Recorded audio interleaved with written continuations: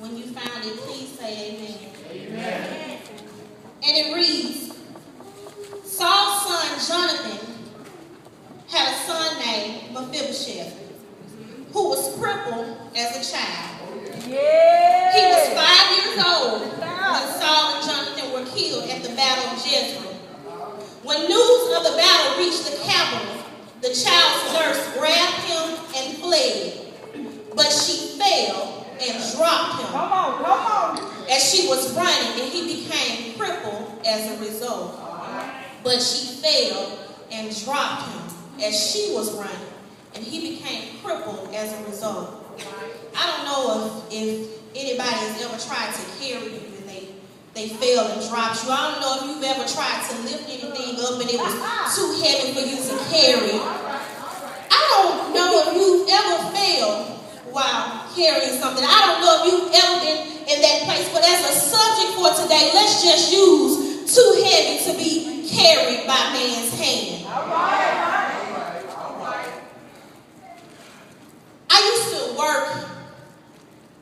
Let me tell you this so I can get this off of me. God gave me this sermon like he's never gave me a sermon before. He wouldn't give it to me so I can write it all out.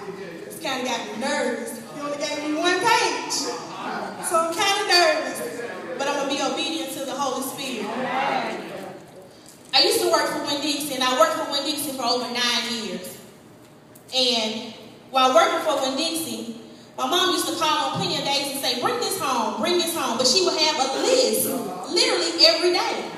And I used to hate it. Like, why does she have a list every single day? God, why does she need groceries every single day? But I used to bring the groceries home. Whatever she asked me to bring home, I used to bring it home. And I love shopping, but I hated taking the groceries in the house. But the only way they were going to get in the house is if I took them in the house.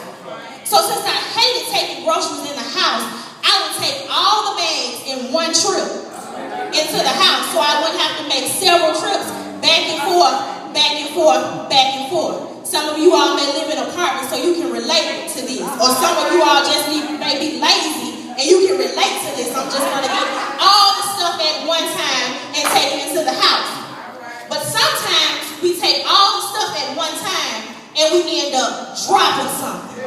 Because the things are too heavy, and we drop something. We get to the door, and we can't put the key in, so we drop something.